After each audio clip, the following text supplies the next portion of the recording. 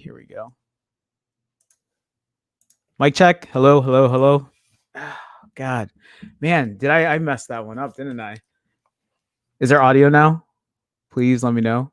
Hello, hello. I'm just waiting in chat for someone to say that there's audio. If there's audio, then then we'll be good.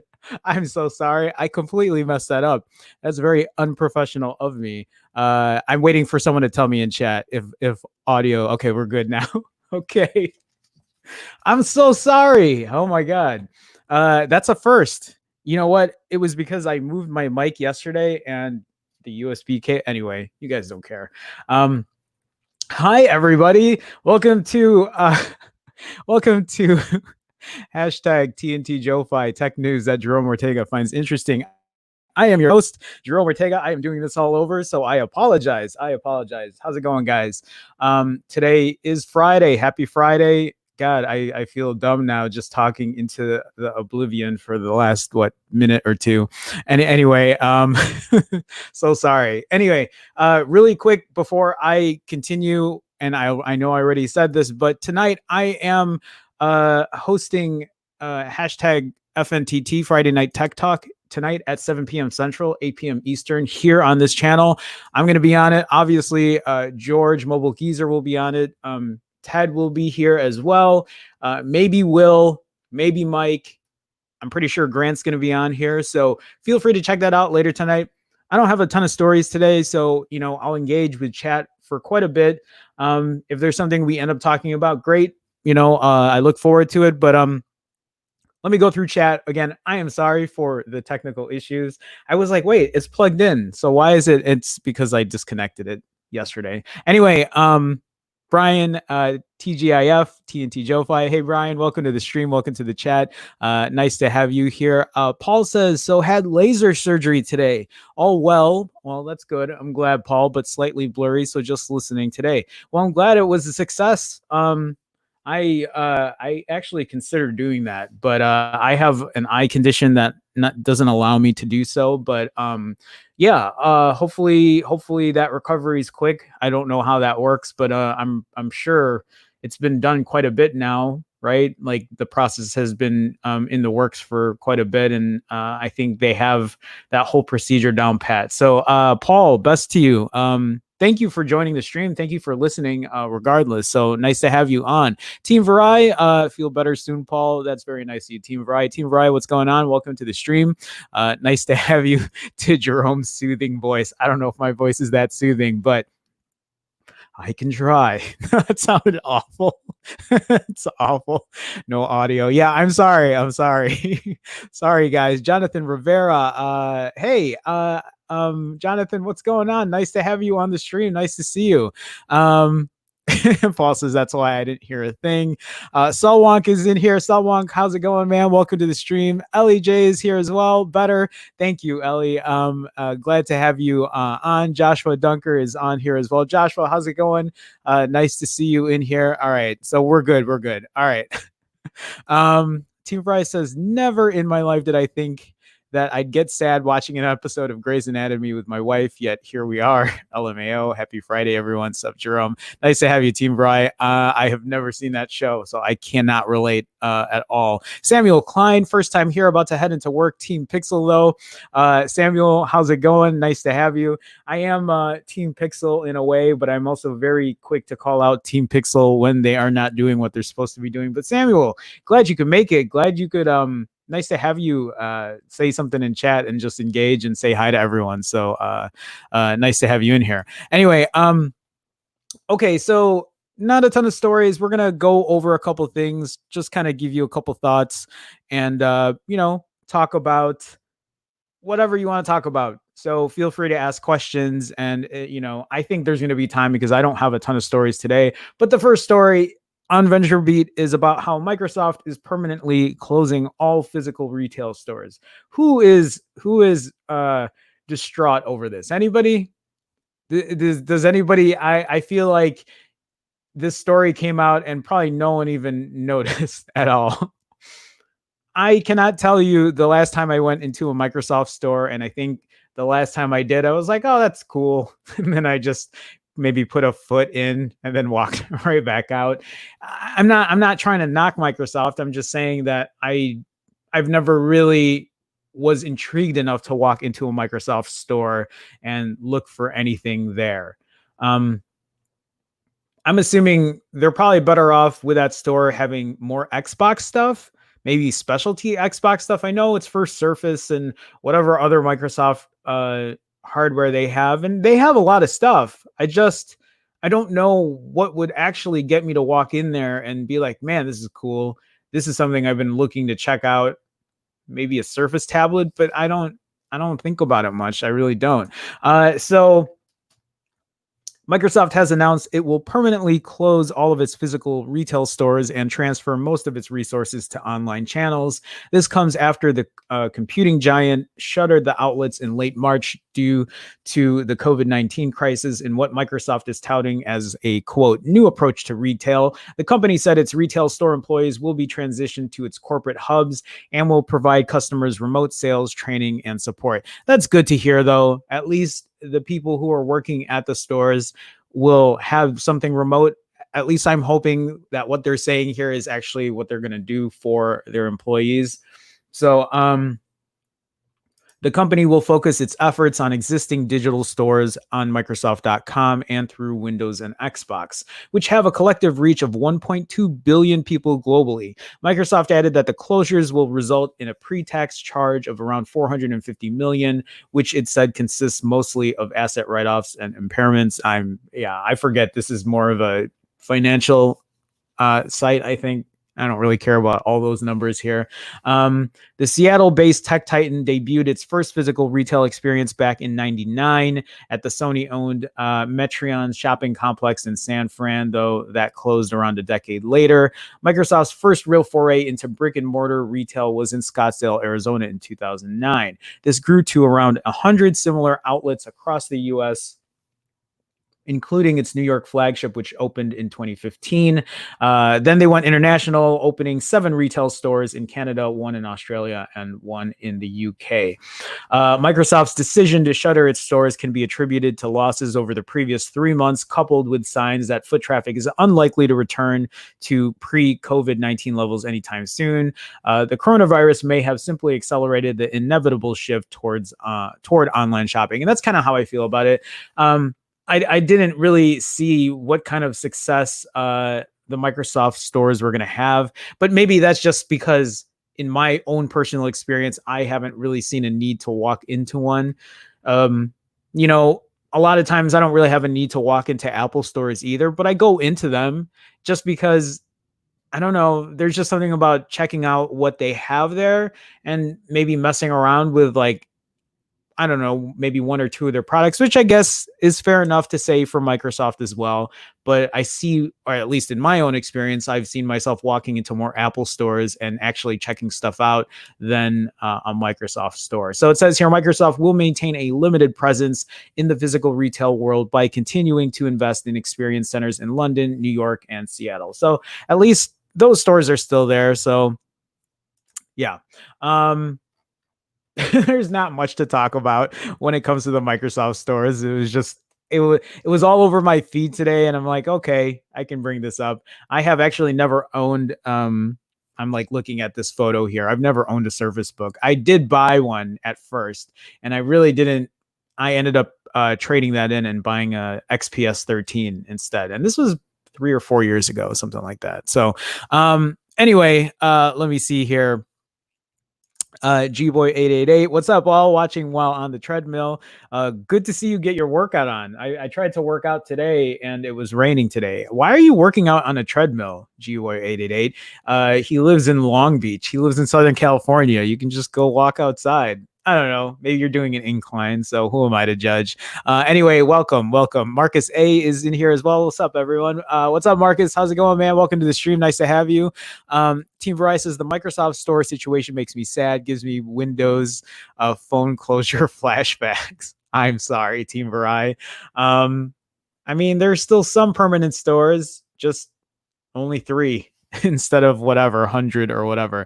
Gboy888 says, any luck with the Chase app? Actually, I didn't even get a chance to mess around with it. I should actually give that a shot and see. If you guys don't know what Gboy888 is talking about, the Chase app for Android is finally allowing face unlock. and I haven't had a chance to use it. I'm actually like looking down right now to see if I can get this to. Oh, there is. It is on there.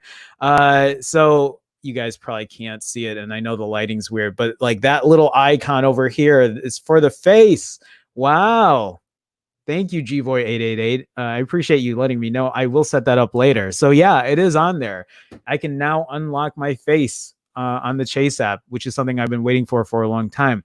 Now, if I can do that on my Capital One app, that would complete the circle for me in terms of my Pixel 4 and using Face Unlock for it. But thank you for again reminding me on that. Team Verizon says COVID has definitely shifted the online shopping landscape. We order everything online now, even our groceries. So it's funny you say that. I actually am wondering about everyone else. So I know this is going to sound weird, but the fact that I can't go anywhere or do anything, going to the grocery store is like the highlight of my day. And I don't go often. I go maybe once, twice a week at most. So going to a grocery store is kind of like the highlight of my day. And I know that sounds very, very sad, but the fact that I can't go anywhere or do anything, same reason I like going for walks. Well, I like to go for walks every day. I didn't get to go today because it's been raining. And I wonder, it doesn't look like it's raining right now, but I'll probably go after this. Yeah, I know I could probably shop online too for groceries, and I don't know. There's still something about going and doing something and getting out of the house that I think it just helps with my sanity. It also it's also the fact that like I'm living with other people at the moment, and I'm kind of just stuck in this room like most of the day because I'm working. I'm not working at the studio where I initially had a working space. So I'm not working with a team. I'm not working with anyone. Or if I do work with anyone, it's just remotely. So anyway, we went into a convenience store a week ago and the smell made me happy. Is it just going out? Is that what you mean, Team Varai? LEJ says it has been difficult up here in New York too. Such a different life now. It is. It's it's weird. It's weird to like talk to people and be like, yeah, summer's canceled. The one thing I love about Chicago that I don't know if you guys have this in the cities that you live at, but here in Chicago during the summer, it's like the most amazing thing in the world because in Chicago, most of the time the weather is cold. I would say 6 months out of the year, at least it's cold weather. If not, maybe like even up to 9. It just depends on what the weather is going to be like in Chicago. But for the 3 months of summer, if you guys don't know, Chicago has a whole slew of neighborhoods, different neighborhoods. And every weekend there's a festival. Like they close blocks down, they close main streets down because they have festivals for the people. And they're just neighborhood festivals in certain parts on the north side of the city, on the south side of the city. And it's just to celebrate the neighborhood, or it'll be like Burger Fest or Rib Fest or Taco Fest. And it's just so many different things. And none of that, all of that is, I mean, obviously for obvious reasons, none of that is happening right now. And it's such a dreary thing to have that go away. And it's something I've always looked forward to in the summer here in Chicago, especially because I was gone last year and I moved to LA or, Southern Cali, California. Grant always says, Grant tells me, don't say Cali. That's not what Californians say. Says, say California. I'm like, okay. Anyway, yeah, so it kind of puts a real damper on things, hamper, what, I don't know what word I'm trying to, you guys know what I'm saying. So anyway, that's it. Brian says, damn, you're making me hungry, Jerome. Yeah, if you were here in Chicago during those summer fests, there's so much fun. So much, it's like food and whatever, and then like the outdoor theaters and like movies at the park. Oh man, there's just so much that happens here and so much free stuff in the city. I don't know. Anyway, let's get back to the stories, guys. So let's talk about the Pixel 4a. And there isn't really a ton to discuss with this. We have kind of beat the Pixel 4a to death when it comes to rumors and when is it coming and all of this kind of stuff. But at least there's some forward progress here. This article from Android Community is saying the Pixel 4a visits the FCC, but we still don't know when it's coming. XDA chief Michelle Rahman is telling us that the Pixel 4a from Google is almost ready. Okay, and then what? The smartphone has just dropped by the FCC. However, it seems the launch isn't happening anytime soon. No mention when the phone will be announced after being postponed earlier this month. We believe it will still happen. I mean, I think we're all aware that it was supposed to happen. You know, the whole Google I/O didn't happen, and that was supposed to happen in May. And when Google I/O got postponed, they said, no, we're going to have an Android beta launch instead. And that was supposed to be an online show that was supposed to happen at the beginning of June. And then everything happened, not just coronavirus, but everything happening right now in the world. And so that got canceled. And then they just ended up launching the beta for Android 11. And then the Pixel 4a was supposed to happen sometime in between. We saw rumors of the retail box. We saw all the rumors of the price points and the specs.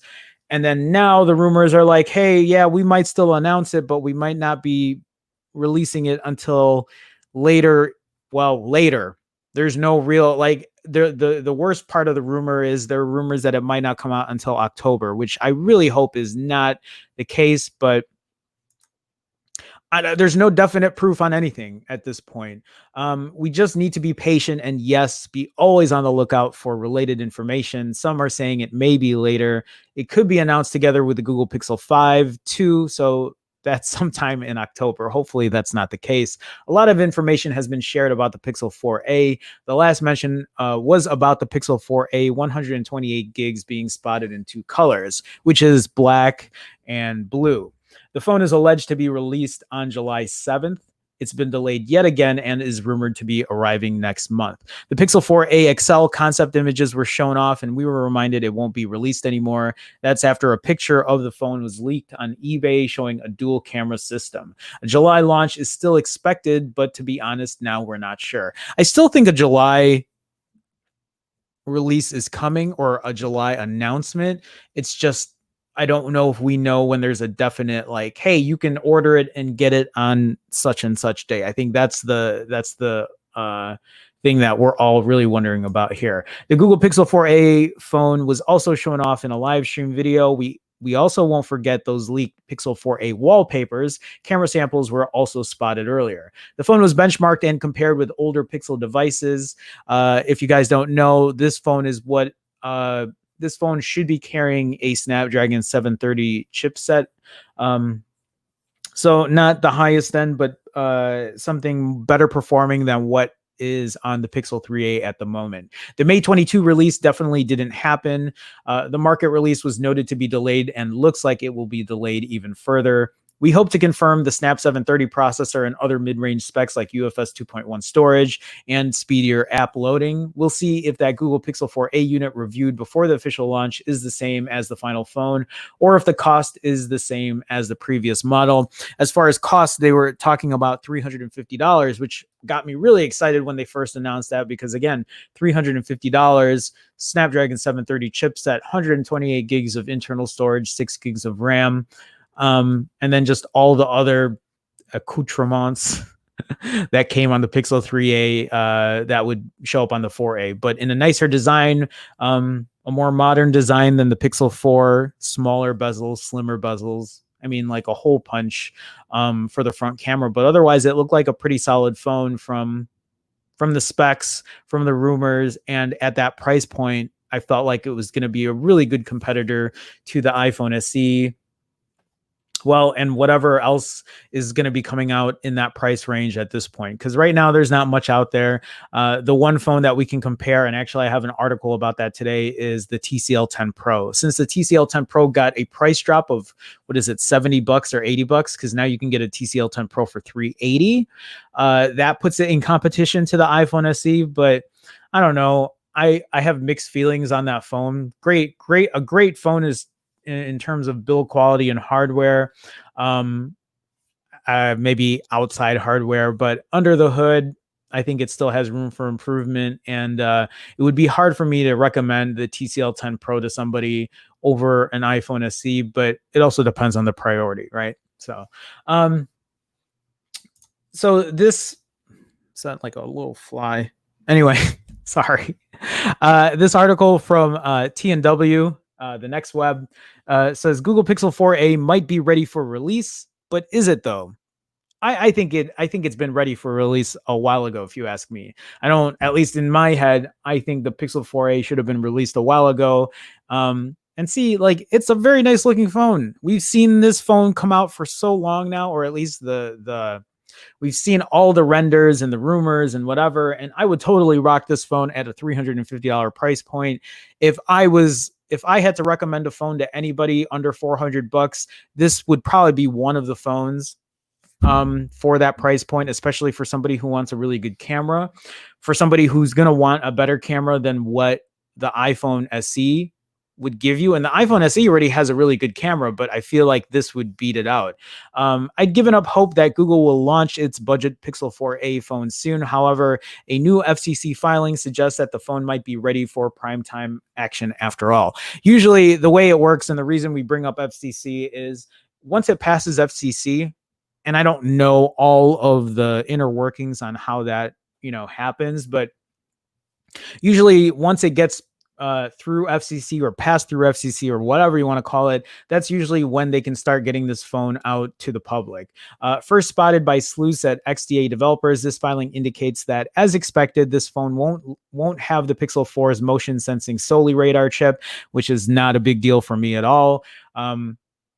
I think we've talked about this to death as well, but the Pixel 4 has that Soli radar chip that gives you hand gestures. So you can like take your hand and move it, forward in front of your phone. Like here's my Pixel 4. I can go like this and it'll like move to the next track or whatever. Or it's a feature that I felt was a little more gimmicky than anything else. Something that they could have probably improved upon, but I don't know if Google ever did that. And now there's a lot of rumors, if you're not aware, that they just want to drop Soli altogether. So it might not even be a thing that will be coming in any future phones from Google anytime soon. Maybe someone else will pick it up, but I don't know. There really hasn't been much use for it for me, at least in my personal experience. So much so that I turned it off. Anyway, so you might not get that face unlock feature. You wouldn't, but I've also said this, and I don't mean to keep interrupting this article, but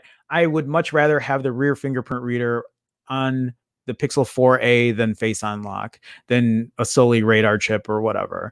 Okay, so, but Soli's operating frequencies between 58 hertz and 63.5. Oh, okay, so it says here, Google hasn't announced it won't use the chip in the filing, but Soli's operating frequencies don't show up on it. Again, like, I'm pretty sure it's not going to have it. It also makes sense that Google might not want to include an expensive chip in a sub $500 phone. Soli's operating frequency also prevented the Pixel 4 from launching in countries like India, where these frequencies are not open for use. And that was actually something I totally didn't realize. I didn't know that you can't, I mean, I'm not saying you can't use a Pixel 4 in India, but I don't even think they sold it in India, if I remember correctly, because that Soli radar chip was pretty much useless there, which you would figure for a manufacturer to want to sell a phone all over the world, and India is such a huge market as well. I don't know. It didn't really make sense to me here. If leaks are to be believed, hole punch camera, 5.81 inch screen, and then the cost around $399. Although, again, I've said that we've seen rumors saying that the price point might be $350, which I think would be amazing if they can price it at $350. On top of this, Snapdragon 730, 6 gigs of RAM. We've talked about all this stuff, and it'll have a headphone jack, and it'll have the same camera as the regular Pixel 4, which is one of its biggest marks, one of its biggest pros of why people would want to buy this phone in the first place, because you would have an excellent camera at a much lower price point than what you could get the Pixel 4 for. Although, when the Pixel 4 was selling for $500, I thought that was a pretty decent deal.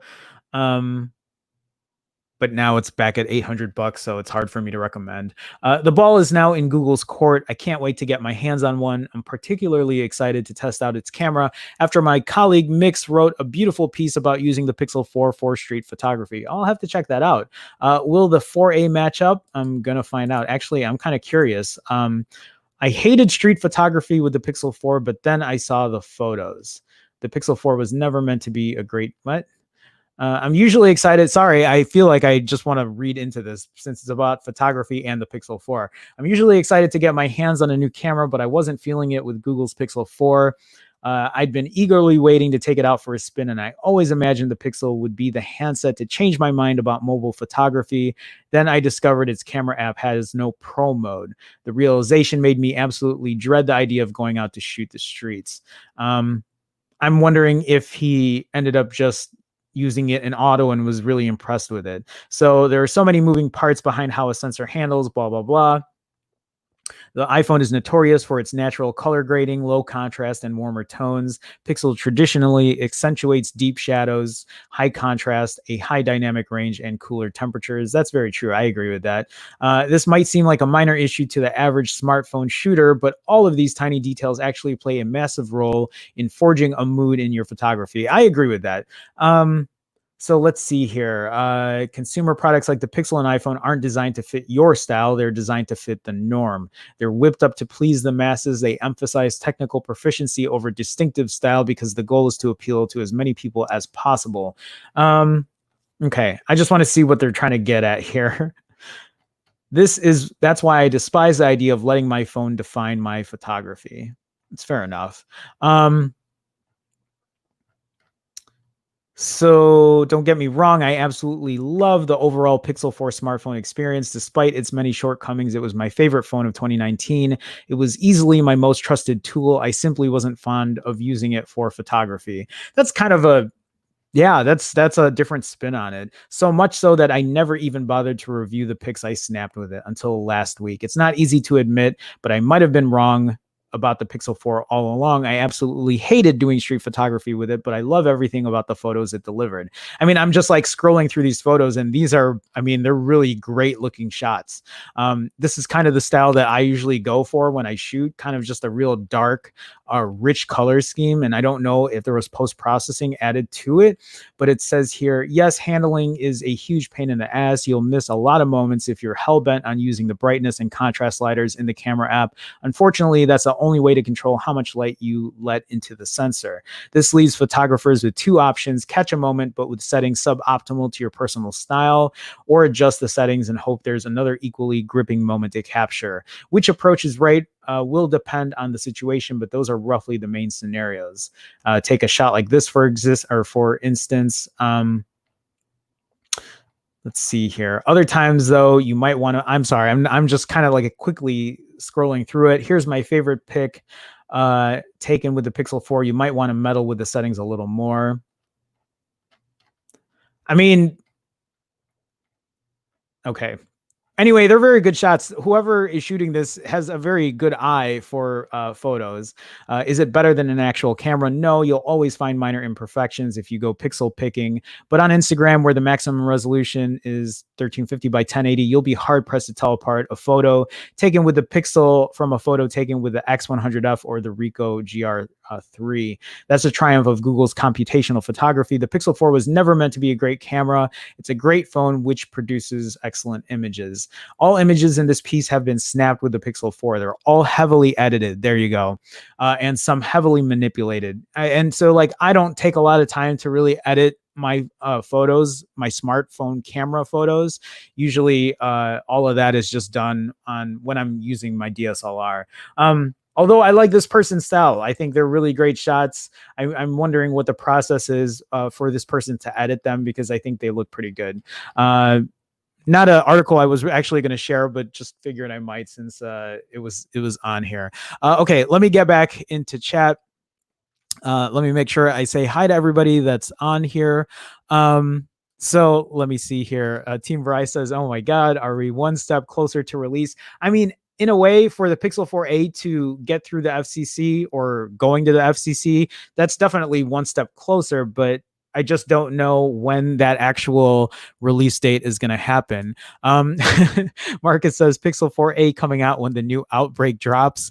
I just feel like at this point that that Outbreak never went away. We're still in it. You know, it's kind of crazy when people talk about that second wave happening, and I just feel like the first wave never really went away, at least in the US.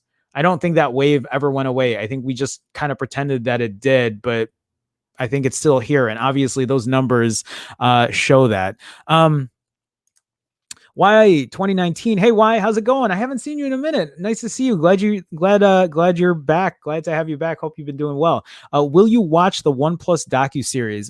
To be honest with you, why? I don't even know what this docuseries is. Can you please explain? I'm not. Oh, okay. Why says it'll begin on June 30th on OnePlus's YouTube channel. I'll check it out. And actually, that wouldn't be bad to watch and kind of give my thoughts on it, if anything. I know nothing about this docuseries. Is it about the history of OnePlus or what they're planning? Is this a marketing thing for their new OnePlus Nord? Guys, if you don't know what the Nord is, that is apparently the new name for the OnePlus budget, mid-range, whatever you want to call it, phone that is now taking the name or replacing the name of whatever the OnePlus Z was supposed to be, or the OnePlus 8 Lite. Apparently it's supposed to be the OnePlus Nord, but I mean, those are the rumors. That's from some material they found that had Nord on it. Nord still sounds like a really weird name to me. Anyway, thank you for sharing that. Why I didn't even realize there was a docuseries coming out on it. Brian says no one in India would buy the Pixel 4. They would have to authenticate with PIN/patterns, bringing us back to 2014. Well, wait. So they still couldn't. Oh, so they couldn't use Face Unlock at all in India? I thought it was just the Soli sensor. Or am I wrong in that thinking? I thought at least they'd still be able to use Face Unlock. I don't know. If that was the case, then yeah, then what's the point of having one in India if you couldn't even use Face Unlock on it? Big House Productions. Hello, everyone. Hey, Big House. How's it going, man? How you doing? Glad to have you. Appreciate you stopping by. Hey, Jerome. Hey, Big House. Nice to have you, man. Brian with the $1 super chat. Brian, always continuing with the support. Brian, thank you so much, man. Thank you for that continued support. This, I'm pretty sure you're at 80 something super chats in a row. So Brian, thank you, man. Thank you for that streak. Thank you for the support. Thank you for always being in the streams, moderating, and just being part of the Phone Jerome fam, or whatever you want to call it. So thanks again, Brian. Thank you so much. All right, let me scroll down here. I see I don't know if I'm going to be able to pronounce this. Dipk. I'm please correct me if I'm wrong. Yadav, Dipk, appreciate you stopping by. Samsung A71 versus Pixel 4a, which is better? It's actually a really good question. Which A71 are we talking about here? Are we talking about the A71 with the new Snapdragon 765 chipset? Or are we talking about the A71, the international one with the Snapdragon 730? Because I have that A71. I'm not for long. And actually, I'm not going to be able to do a camera, whatever. Anyway, I have to return it is what I'm saying. So in terms of, let me just maybe put this out as quickly as I can. It depends on, that's the answer, is it depends. If you want the best camera, I am almost certain that the Pixel 4a will have the best camera over the A71. The Pixel 4a will also be cheaper, right? If you're talking about the A71 with the Snapdragon 765, because that's $600, if I remember correctly. The Pixel 4a might be priced at $350, and they'll still have the same internal storage. It'll have the same amount of RAM, although that A71, if you get the US version with 5G, will have a better chipset in there. So in terms of performance, the A71 might perform better, but it'll have the worst camera. A71 might have a better battery, I'm assuming. Pixel 4a will have a better fingerprint reader. I'm sure the A71's in-display fingerprint reader isn't the best either. If you want to talk about display, I mean, A71 is going to have a bigger display, right? But I think in terms of quality, display quality, they might be similar, although don't quote me on that. But I think, again, it really depends. I think the A71 will have a serviceable camera. I don't think it'll be anything special, but if camera is your top priority, if price is your top priority, the Pixel 4a is going to win there. Now, if you're talking about the A71 with the Snapdragon 730 chipset, the cheaper one at 365, that's going to be a different story. So yeah, it just, again, I don't know what your priorities are at that point, but the Pixel 4a I think is the better deal, price wise, camera wise. I mean, if you're asking me personally which one I would buy the Pixel 4a, especially if it came at that $350 price point. It would be hard for me to recommend the A71 unless you wanted like a really big display and maybe a little better battery. Or if you wanted 5G and wanted the Snapdragon 765 for better performance. So I could see recommending it in that regard, but $600, I would recommend different phones at a $600 price point if you were honestly asking me. Anyway, Div, I hope that helped in some kind of way, but appreciate you stopping by. Appreciate you being here in the chat. Okay, so why 2019 says, what if they surprised us and both colors come in July? You know what? I would be most appreciative if they did that. I know that what John Processor was saying, that the blue color got scrapped or it's not showing up anymore on the computer systems, but I am pretty sure they're going to be coming in with a blue version. I don't think they're just going to have a black. I would be surprised if they only had a black and they didn't offer a blue at all. But yeah, I would most definitely be happy if they started shipping them out in July. Okay, so let me see here. Why also says a OnePlus Nord docuseries. So it's to market the Nord then, right? I'm guessing. So yeah. Big House is pretty straightforward, and Big House says A71.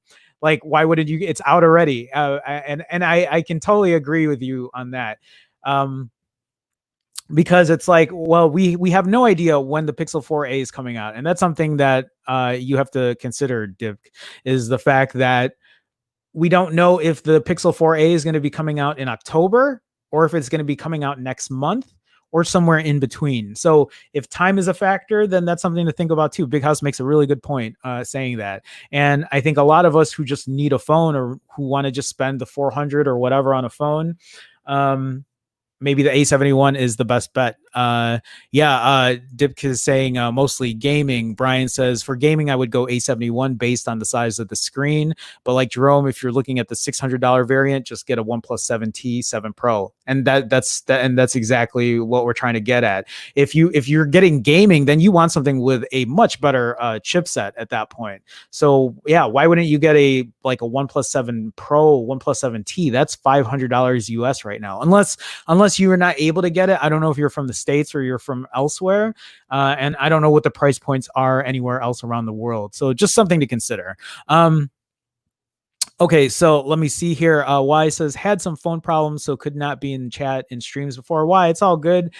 Still appreciate you always stopping by. So Dipka is saying, I'm using the OnePlus 6 and 7T is not that good of an upgrade. What do you mean? In terms of performance or, okay, so you have a OnePlus 6. I miss my OnePlus 6. I had the red OnePlus 6. Yeah, I mean, you got to think about that. You got to think about the chipset that you have in your OnePlus 6 or your 7T right now. That performance that you have on that phone is not going to compare to what you're going to find. Well, maybe the OnePlus 6 might be similar, but that performance on your 7T is not going to compare to the performance on your Pixel 4a or Galaxy A71, regardless if it's a Snapdragon 765. So, all right, guys, really quick, I need to mention this because I didn't have a chance. If you guys are here in the chat, please, if you can, hit that thumbs up. I feel so dumb talking like that, but please hit that like button. Liking this stream helps in an algorithmic kind of way, aka I think it helps people find the stream, helps people get in the chat, have a conversation. So please feel free to hit that like button. And also FYI, I do stream Mondays through Fridays. at 2 p.m. Central, on time every time. So if you want to get notified about that, please consider subscribing to the channel. Subscribing is a great way to support. And it's just a way to like show that kind of support as well. And really quick, if we're talking about support, I do want to share here too that if you are in the chat and you see people with green in their names, or you see a red Chicago star like these stars here, that is because they are part of the Phone Jerome fam, and you can be one too for as little as 99 cents a month. All you got to do is click that join button here on YouTube. I know I'm streaming on Facebook as well, but just click that join button for as little as 99 cents a month. You'll get that red Chicago star next to your name. You'll get to use custom emoji, and you'll get your name on every single one of my live streams, on the intros and outros. And at the end of the day, it's just a way to support. So I do appreciate it. Again, you can click on that blue join button. If you can't find it, you can just go to youtube.com/phone Jerome /join. Otherwise, guys, it's always just great to have you on here. And, I appreciate it. It really means a lot to me for us to have a community and have that kind of camaraderie in what we do. And before I move on to the next story, I will also say today is Friday. So Fridays, we have something called Friday Night Tech Talk. And actually tonight, Friday Night Tech Talk will be on my channel for the very first time. And that's going to be tonight at 7 p.m. Central or 8 p.m. Eastern. It is a more relaxed version of probably what we're doing. I will be kind of in charge for tonight's show, so there will be a little moderation to it, me moderating it, but you're not just going to have me talking all day. Grant will be on here. If you guys are familiar with Grant S, he's a YouTuber, a tech YouTuber. George Mobile Geezer will be on here. Ted will be on here as well. Ted/Saeed, same person. He's been new to our regular weekly Friday Night Tech Talks. Hopefully Will be on there, and Mike. Both of those guys have a lot of stuff going on, so I don't know if they're going to be on there for sure. But it'll be fun. Again, it'll be a more relaxed version, so hopefully they'll be able to come on there. But again, tonight at 7 p.m. Central, 8 p.m. Eastern, feel free to stop by and say hi. It'll be fun. It'll be fun. I'll just leave it at that. So, all right, guys, let's move on to our next story here. And it is about the Qualcomm Snapdragon 865 Plus. If you guys aren't familiar, the Snapdragon 865 chipset currently is the, I guess, flagship high-end chipset right now that's being used in most Android phones. The Galaxy S20 Ultra uses the 865. And why am I forgetting what other phones use the 865 right now? Just the higher end chipsets, or the more premium phones are using this 865. The Poco F2 Pro uses that. But the problem with the Snapdragon 865 is the price point, which is why a lot of people or a lot of manufacturers are not using the Snapdragon 865, because they're just being priced too high. The OnePlus 8 and the OnePlus 8 Pro also use the Snapdragon 865. It is their highest end chipset, but it also comes at a very high end price. And now there are talks about, well, it looks like the Snapdragon 865 Plus might be coming.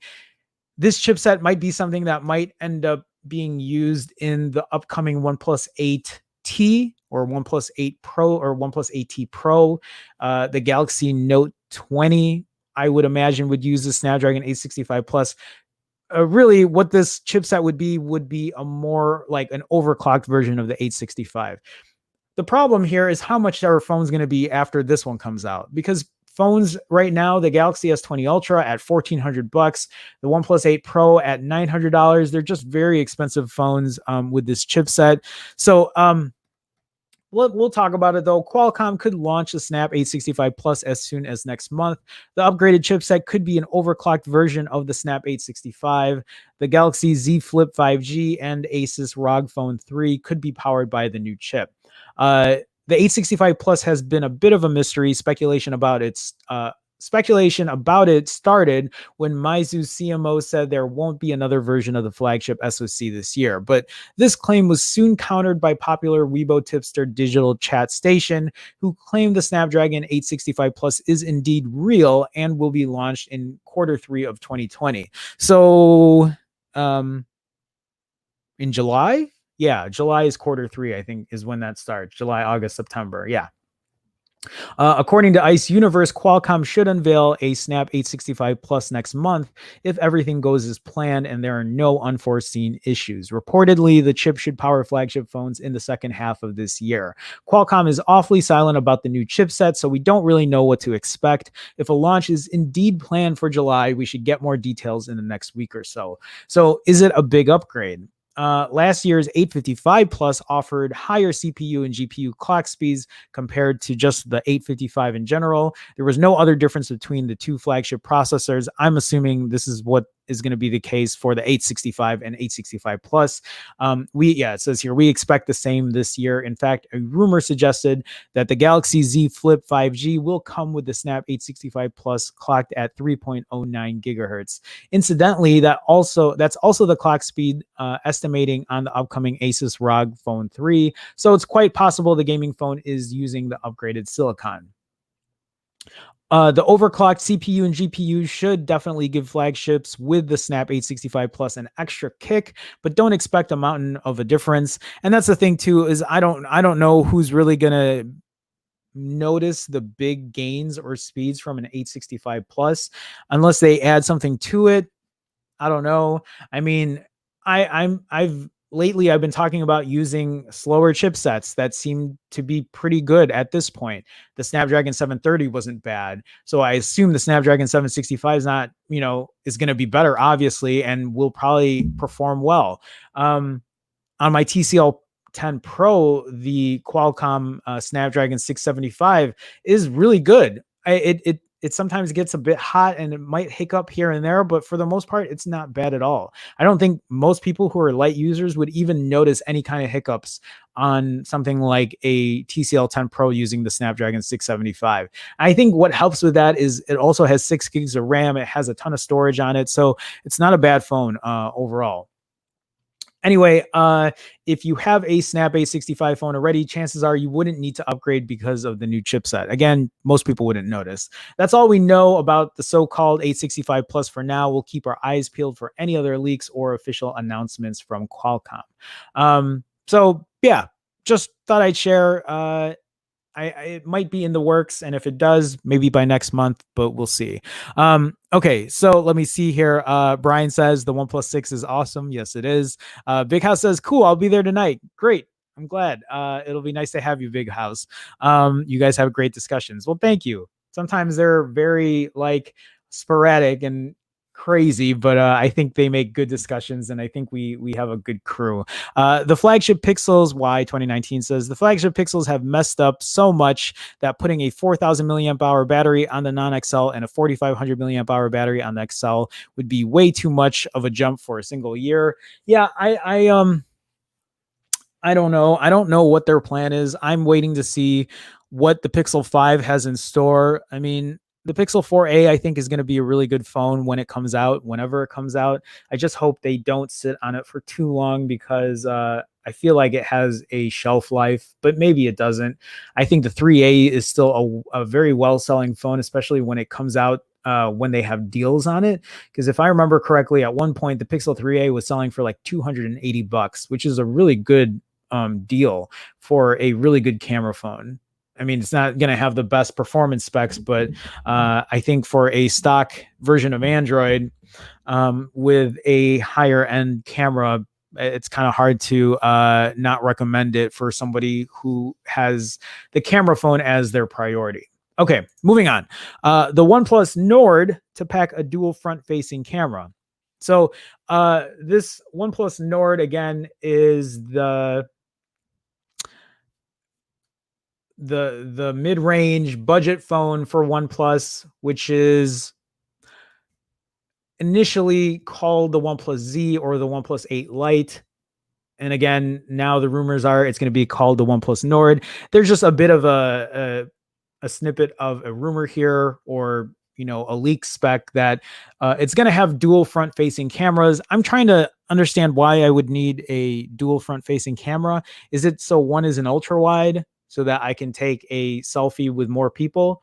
I'm guessing that's what it's for. I don't really know what else I would be using it for. But the OnePlus Nord, also referred to as OnePlus Z, is coming next month, and the company has started building hype on social media by dropping teasers. Yeah, I think they're doing a really good job in terms of the marketing department, trying to get people to know that this phone is coming. OnePlus hasn't revealed any specs of the Nord yet, but if the latest report by Android Central is to be believed, we'll see the smartphone pack a dual camera setup on the front.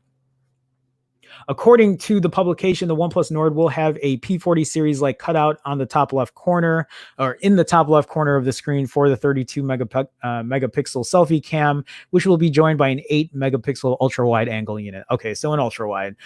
This information was corroborated by usually reliable tipster Max J. All the smartphones OnePlus launched since 2014 came with a single snapper on the front, and Nord was also initially rumored to feature a single selfie camera, but turns out it's going to be the first OnePlus smartphone to pack two front-facing shooters. It's just funny because I think of having a ultra wide so you can get all your friends in there, but in the state we're in right now, nobody is going out or doing anything with anyone. If previous leaks and rumors are to be believed, the Nord will also be the first mid-ranger from the Chinese phone maker since the OnePlus X that was launched back in 2015. So it was spotted on Geekbench. Snapdragon 765G, Android 10, 12 gigs of RAM. 12 gigs of RAM is crazy, by the way. It's rumored to sport a quad camera setup on the back. I thought I heard a tri camera in the back, but whatever. But its combination is currently unknown. However, back when it was said to come with 3 rear cameras, it was a 64 megapixel main, 16 ultra wide, and a 2 megapixel unit, which was likely a depth sensor. But now it's expected to have quad cameras. The 4th module will just be a macro camera. Okay, so I guess they're going to just try to pack it with everything that they can, and hopefully at a decent price. That price might be anywhere between $350 to $400, which I think would be a great price for that phone, especially with a Snapdragon 765 chipset in it. So, okay, so let me see here. I see Tim Schumann. Tim, how's it going, man? Welcome to the stream. Nice to see you. Hey, Jerome, got to get back to class stuff, but hit me up on Discord this afternoon if you got time. I will definitely take a look. Hopefully I do have time. I have a couple of things going on, but either way, I know I haven't been on Discord in the last couple of days, but I will check it out. Thanks, Tim, for reminding me. Nice to have you on the stream, by the way. And I'm sure this is a good way to directly message me too if you need anything. So nice to have you on here, Tim, or for the little time that you're on here. I know you're busy as well. Y says, which would be okay if the Pixel stayed at the same prices with the normal 865, 8 gigs of RAM, 128 gigs of storage to begin, because 256 gigs, 8 gigs of RAM, 90 hertz, and 4,000 milliamp hour battery, I would be competitive. I agree. Like the XL with 865. Oh, let me see here, for $999 and 128 gigs at $899, and the same storage for $100 less would be competitive. But the 765G and a $699 price ruins it. It really does. A 765G chipset and $700 is just way too much. I think at that point, if people didn't care about Android or iOS, I would probably recommend that they probably get an iPhone 12, which would be weird to say, but I guess we'll see when the iPhone 12 comes out and see how good that really is, and we'll see how good the Pixel 5 is. I don't know. Big House says, I like the OP Nord. Do you like the phone in general, or are you saying the name? Do you like the name Nord? Because that name is just weird to me. But I like the phone too. I think that's going to be a good phone, especially if it's priced right. So let me see here. Man, look at that top 10 daily interest on Xiaomi Redmi Note 9 is number 1. Was that in my article here? Is that what came up? I don't know. Team Verizon says, to be honest, I wouldn't mind getting a Nord if it matches the prices of the 3A and other phones in the segment. Yeah. I mean, I would definitely buy that phone at $350. I might hesitate at $400 depending on how good the camera is, but I don't know. Maybe I wouldn't even hesitate. I think $400 for a Snapdragon 765 is a really good price for a phone. I mean, I bought that Galaxy A71 for $365, and that has a Snapdragon 730 to it. So yeah, I would probably buy it too. just at least to check out. So, okay, let's hold on here. Brian says, how big would the battery be on the 5.4-inch phone? The dimensions are rumored to be smaller than the iPhone SE 2020. Ew, that's not good. I don't know. I have no idea. I wonder how good the battery then would be on the I don't know. Because I just imagine that the iPhone 12 would at least be similar to what the iPhone 11 currently is, but maybe they're changing things up. So I don't know. Yes, Jerome, it was on your article. Gotcha. Y says, I think the price will be $399 for the Nord. I could see that. I could totally see that as well. So, all right, guys, I know we're kind of rounding out the hour here, so I might just go through two more, or maybe might just keep this as the last one. And actually, maybe, yeah, that's what I'll do here. I'll save these other ones for later. But this article from BGR, if you've seen this, iOS 14 caught TikTok and other apps spying on your clipboard. This doesn't surprise me. It really doesn't. But the iOS 14 beta release already caught TikTok and other apps spying on the contents of the iPhone clipboard. iOS 14 will show a notification each time apps access the items that you copy and paste on the phone. TikTok confirmed that the clipboard feature will be removed, but explained it used it to prevent spammy behavior. Now, whether you want to believe that or not, I don't know. Before I actually read that article, I do want to show you a clip here where I don't know who Jeremy Burge is. I don't know if he's a tech guy. I'm assuming so. I just see he has a blue check mark, but he took this clip, and actually I have a couple questions on it because I'm kind of unfamiliar with how this works. But if you see here, every time he's typing something, it's saying TikTok. It's notifying him that TikTok pasted from Instagram. Now they're talking about a clipboard, so I'm a little confused on how this works. So you can see every time he's typing, it's saying TikTok pasted from Instagram. He's getting a notification for it. So he wrote here, he says, okay, so TikTok is grabbing the contents of my clipboard every 1 to 3 keystrokes. iOS 14 is snitching on it with the new paste notification. But this isn't the clipboard. Am I missing something here? He's just typing in, what is this, Instagram? I'm guessing. Or is he copying something to the clipboard?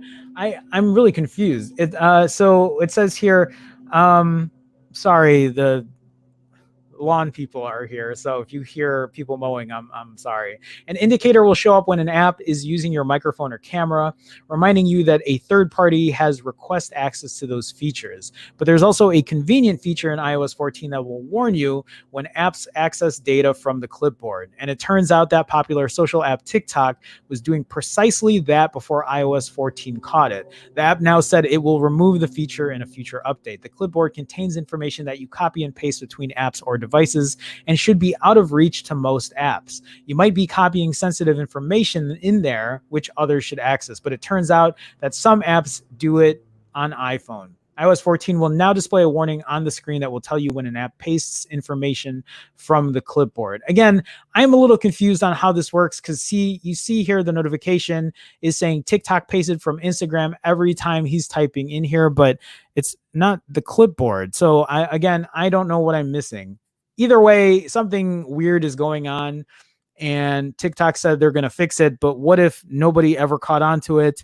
And how long have they been doing this for? We have no idea.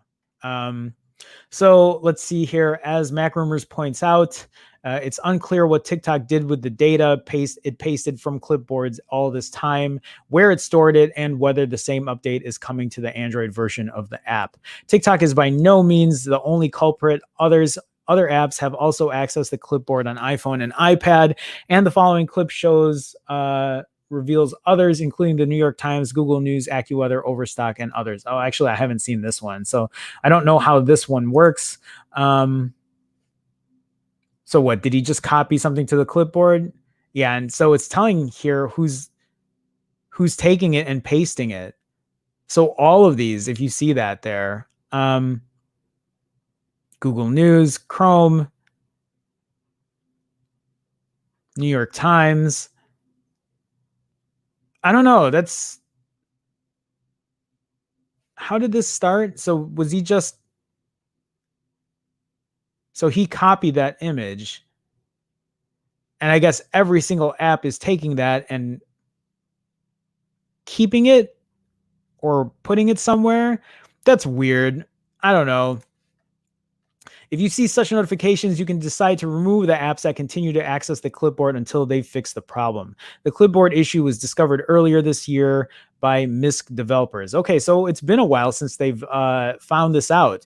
Looks like Apple fixed the clipboard privacy issue we highlighted earlier this year. Apple said it wasn't an issue, but surprisingly, they fixed it in iOS 14 the exact way we recommended in our article. A notification is shown every time an app or widget reads the clipboard. Interesting. iOS 14 beta is available for download on iPhone. If you have access to developer accounts, it makes me want to download it just to kind of test it out. But I don't know. It is kind of weird. So yeah. Okay. So let me see here. Why it says conspiracy time. What if every single name we have heard for the OnePlus mid-ranger is true? So there will be 3 phones. Oh my God. Actually, at first I'm like, that's ridiculous, but maybe just because like OnePlus is so committed to creating a new lineup of stuff. Yeah, Brian says that would be a lot of mid-rangers. Team Fry says that would be interesting. Yeah, I mean, I can't see them doing that many, but that would be crazy if that was actually the case.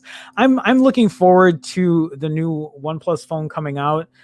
I think it's going to be a real good competitor. Again, the real question is how good are the cameras going to be, but you might not even care if cameras aren't your priority and you want something with a faster chipset like the Snapdragon 765 instead of the Snapdragon 730. So anyway, guys, I think I am going to wrap that up here for today. The reason I'm saying that is I got a bunch of other stuff that I need to do. I need to work out too, and I think it stopped raining, so I'm going to go for a walk. But also, because I am streaming again tonight at 7 p.m. Again, guys, if you guys have time, we are doing Friday Night Tech Talk here on this channel tonight at 7 p.m. Central, 8 p.m. Eastern. So please stick around in a couple hours. In 4 hours, we're going to be doing this again with more people, having a conversation. It's going to be a little different. So appreciate you guys if you guys want to stop by and join and be part of Friday Night Tech Talk. So with that being said, if you guys do not check that out tonight, I will be back Monday, 2 p.m. Central. We're going to do it all over again. I do want to thank everybody for stopping by. Want to thank all my patrons, all my YouTube members. Thank you for supporting me in that way. I want to thank people who super chat, and then for everybody who just likes and subscribes and joins the conversation. It's always nice to have you here. Again, I will be streaming again tonight with a bunch of other tech YouTubers at 7 p.m. here on this channel, 7 p.m. Central, 8 p.m. Eastern. Otherwise, I will see you on Monday, 2 p.m. Central. I think that's all I got. I will see you guys soon. Have a good one. Here comes the outro.